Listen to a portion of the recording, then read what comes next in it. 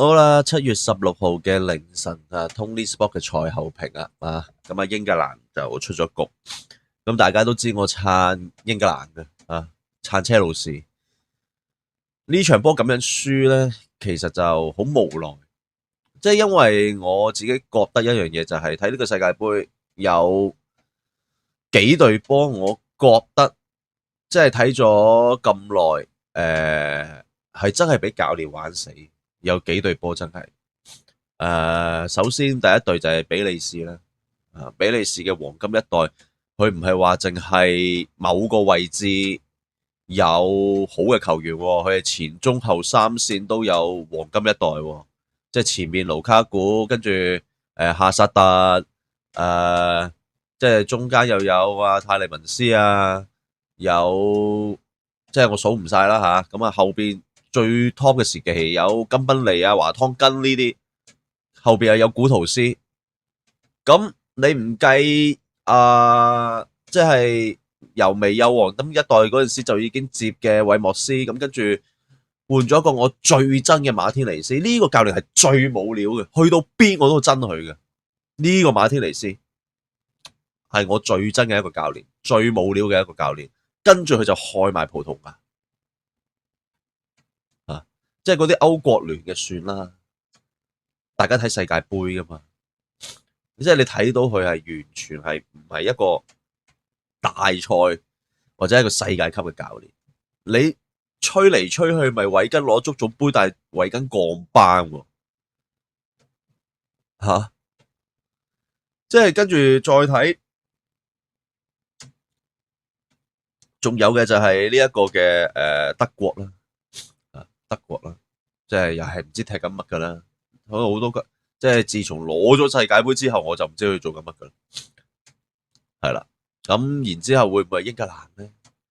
即係英格蘭大家鬧南集鬧到幾次決賽輸4強克羅地亞輸12碼，換咗杜曹，咁之前有好即係其實我就係唔知大家個 concept 做英格蘭球迷。明唔明白一樣嘢就係外圍賽嘅成績，我哋幾時閪過啫？除咗當年嘅歐國盃俾麥卡倫咁樣搞一搞，我哋外圍賽幾時即係差過？如果唔係點會有外圍賽之王呢個名？所以外圍賽嘅成績係唔重要噶，不失球嗰啲唔重要噶，我哋係睇正賽啊嘛。我想問下大家啦，即係大家可以喺下邊留言，英格蘭喺呢一屆世界盃邊一場係踢得好，踢得最好？嗱，我冇話冇吓，但係你話俾我聽，嚟到4強未打季軍戰之前，英格蘭邊場波係踢得最好？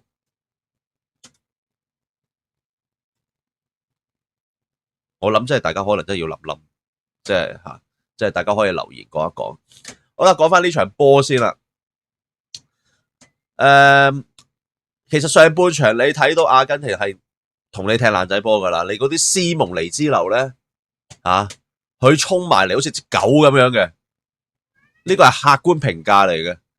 你大家睇翻上半場有一球腳未到佢個頭就擁埋嚟英格蘭球員嗰度咧，好似傻咗咁樣嘅。人哋就係上半場就係同你踢呢啲波即係知你踢快，可能知你踢快，或者知你會踢呢一個嘅控球在腳咁佢就係要破壞你你見到安素嗰啲嘴臉，如果佢唔係踢車路士，即係安素呢啲就係啦，佢啲嘴臉如果喺你隊波，你咪 OK 咯，唔喺你隊波，你想中佢一錘嘅，真係咪即係好似迪亞高哥斯達咁樣啫嘛？即係如果踢你隊波，你話佢熱血噶，踢對家係咪？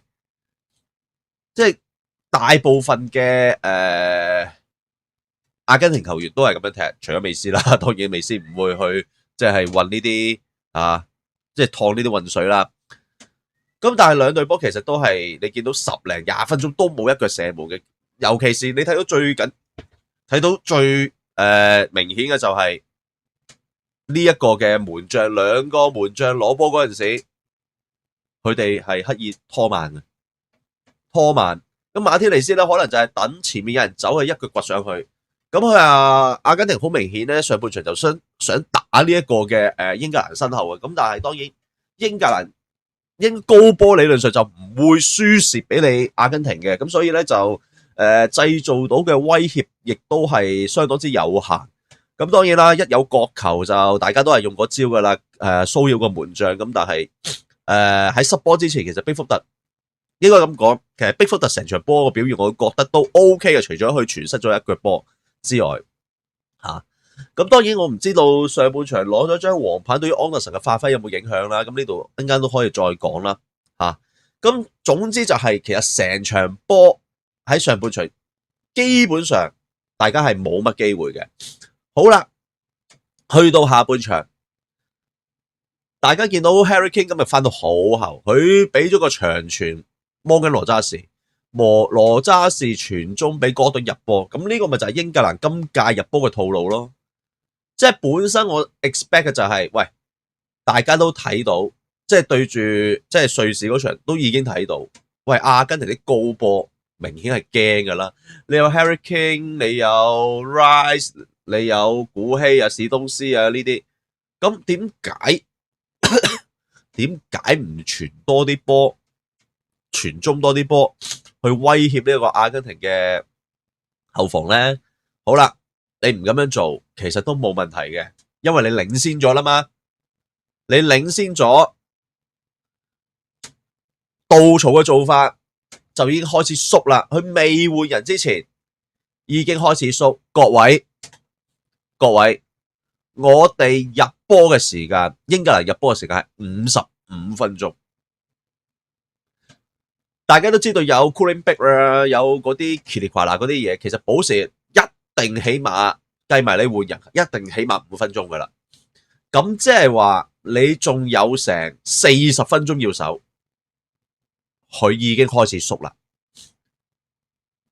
佢未換人 ，cooling break 之前都係未換人噶嘛，係嘛？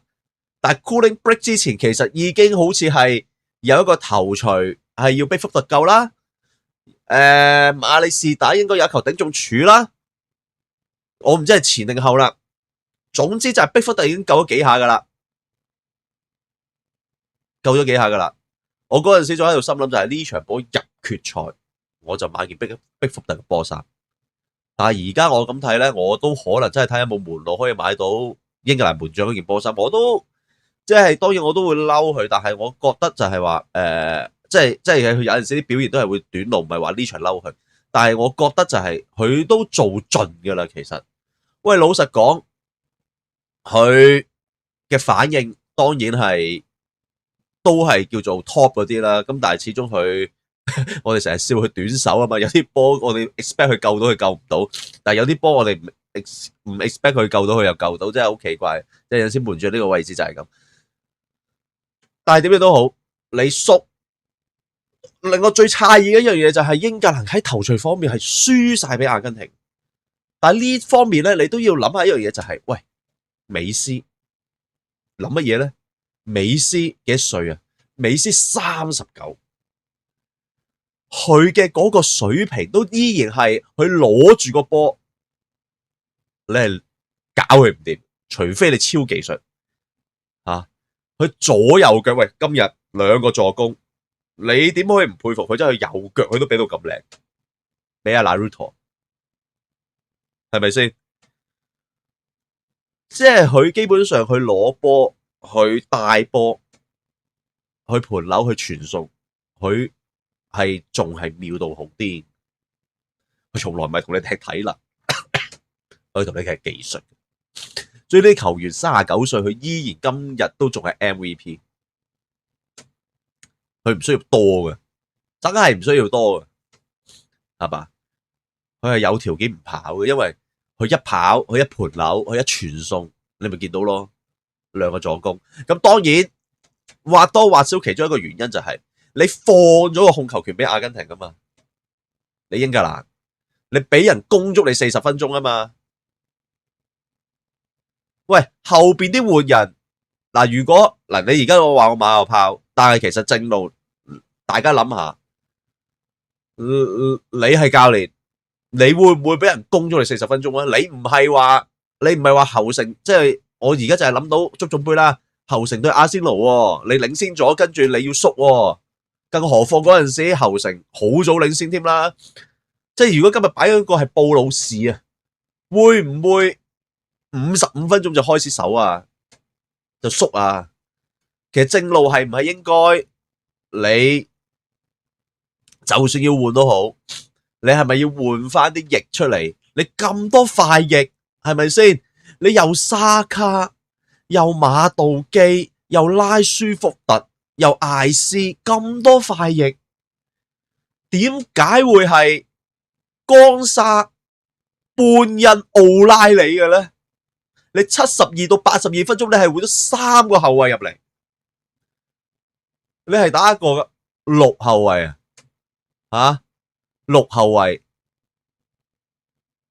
喂，大佬係咪傻噶？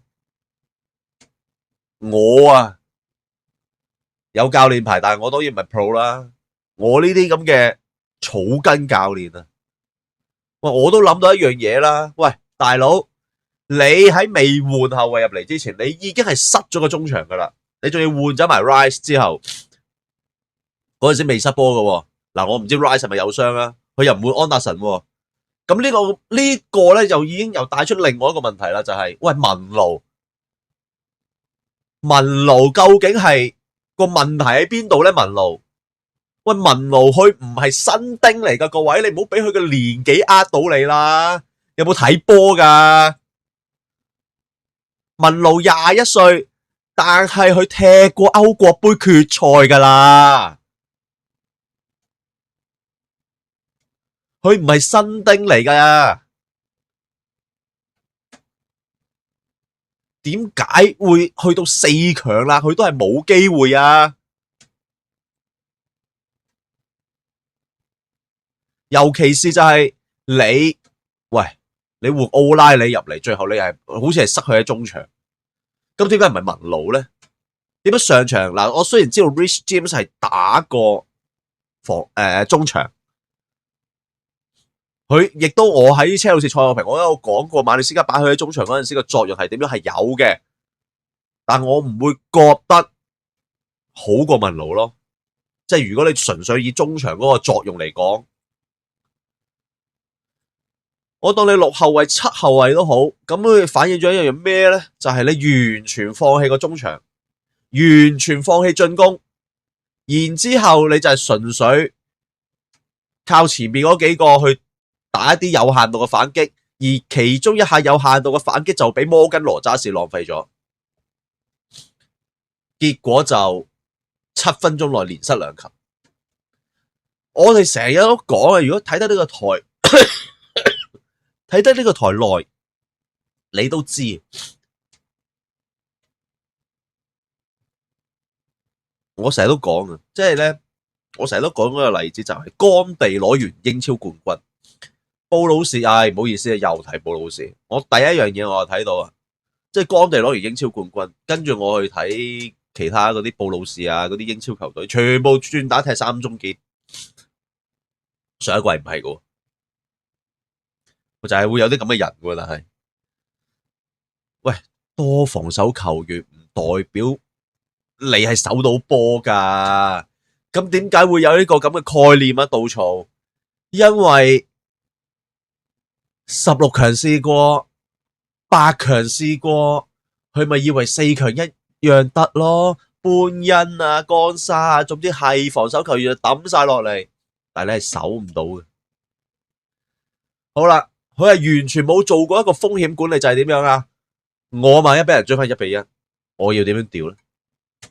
即係你話如果你純粹好似你就係換個江沙入嚟 ，OK 喎，我覺得嗱，你打5-3-2，你塞翻個貝寧咸落嚟，跟住你抽走唔知邊個啦吓，你就係比寧咸同埋阿 Harry Kane 喺前邊，咁我覺得都仲 OK， 但你半恩奧拉里抌埋落嚟，你係完全冇諗過係會俾阿根廷追翻嘅，結果就係散唔切出去，就俾安素一個遠射搞掂你，你就慌啦。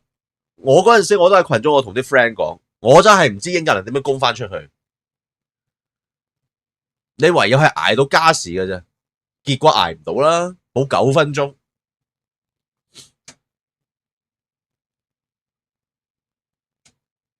即係我覺得咧，就係大好形勢底下，我唔知點解要保守到呢個程度。杜曹亦都唔係話咩新派教練啦，你踢過歐聯，大過歐聯決賽，咩都你大過，有咩可能保守到咁啊？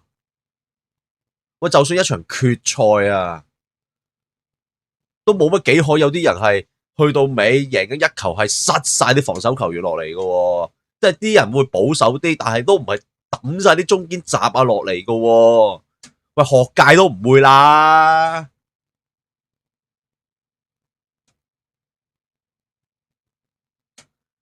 即係咧，嗱，你問我季軍戰對法國，就即係上屆8強嘅復仇先復咩仇啊？季軍我唔係好在乎啊。我唔該你，我唔知你仲有冇得教啦吓。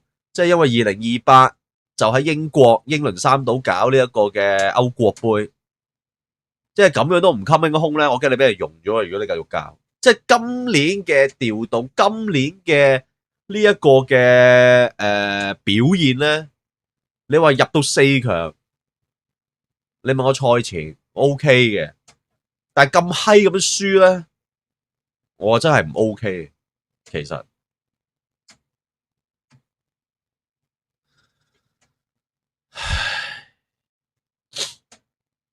即係都冇咩好講嘅。其實就係英格蘭總之就係英格蘭頭60分鐘，即係兩邊都係博弈噶啦，係嘛？即係兩邊門將睇到，即係都係嗰句，睇到就知噶啦，睇準就放過去，係嘛？好似 Harry Kane 咁，睇準羅渣士嗰個位就傳中，搞掂，搏到噶啦，容稅害英，容稅害英啊！咁啊，今集講到呢一度啦吓，咁啊，中意呢條片嘅朋友記得 share 出去啦吓，唔該晒，好，係再見，拜拜。